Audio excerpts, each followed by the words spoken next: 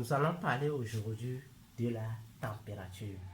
Comment mesurer la température, à l'aide de quel appareil, comment on utilise ces appareils et quelles sont les températures de certains corps spéciaux. Alors, la température est ce qui caractérise l'état chaud, l'état chaud, l'état froid ou l'état tiède d'un corps. Alors, le sens du toucher ne nous permet pas de déterminer avec précision la température d'un corps. D'ailleurs, peut-être que nous deux, on peut être dans une même chambre, mais quelqu'un peut dire que lui, il a chaud, alors que l'autre va dire que lui, il a froid. Donc, le sens du toucher ne nous permet pas de déterminer avec précision la température d'un corps. Alors, pour ainsi parvenir à séparer ces deux personnes, les scientifiques ont imaginé ou ont mis sur le point un appareil qu'on appelle le thermomètre. Donc voilà les instruments qu'on appelle le thermomètre. Il existe plusieurs types. Nous avons le thermomètre numérique. Ici, on a une pile dedans, donc ça affiche par là. Et de l'autre côté, nous avons le thermomètre à alcool. Donc il y a l'alcool ici, le liquide qui est dedans. Et nous avons des gradations par ici. De l'autre côté, nous avons aussi le thermomètre à alcool. Et ici, nous avons le thermomètre numérique. Alors, quel est le principe de fonctionnement de ces appareils? Donc, vous allez constater que derrière, comme ici ou bien là-bas, il y a un petit réservoir. Et dans ce réservoir, on met par exemple l'alcool ou bien le mercure. Et qu'est-ce qui va se passer lorsque notre corps va commencer par se chauffer?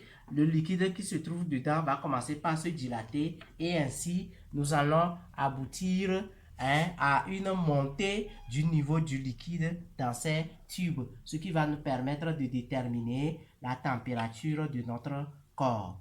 Alors, on va essayer de déterminer la température spécifique de certains corps. Exemple, notre eau qui est en train de se bouillir ici. Donc, vous voyez, j'ai ici le thermomètre. Actuellement, le niveau du liquide est arrêté sur 30.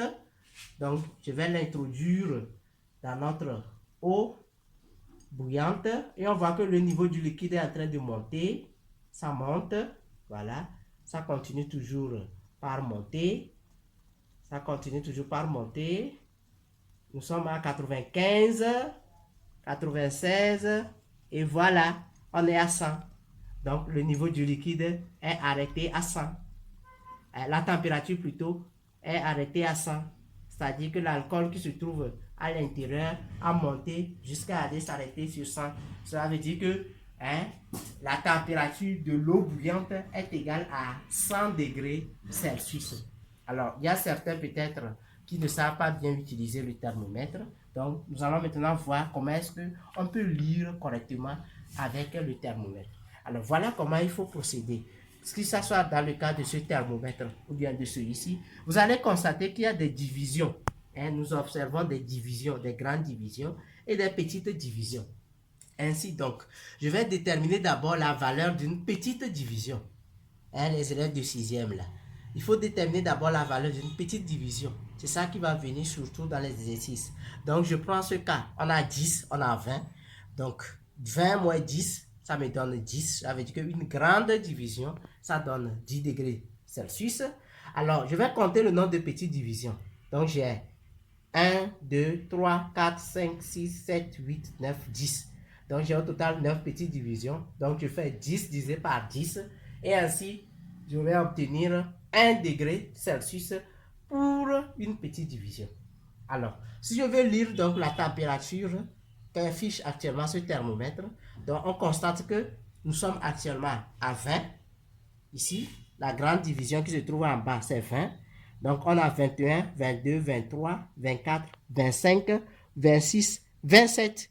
Donc, la température affichée actuellement par ce thermomètre est égale à 27 degrés Celsius. L'unité se trouve directement inscrite en haut.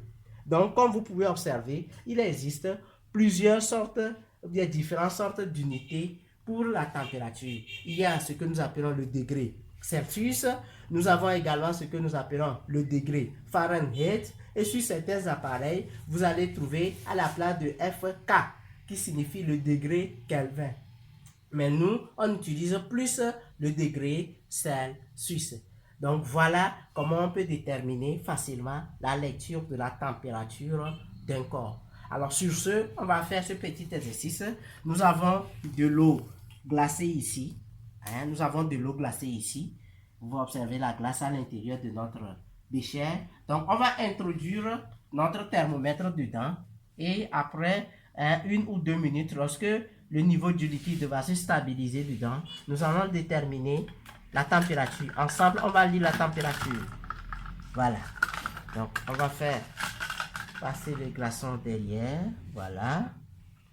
Donc, on constate que avant c'était 27. Actuellement, ça descend vers 10. Oui. On n'a qu'à le laisser. Ça va continuer par descendre jusqu'à ce que ça se stabilise. Et ainsi, nous allons déterminer ainsi la température de notre liquide ou bien de notre eau contenant un peu de glaçon ici. Voilà.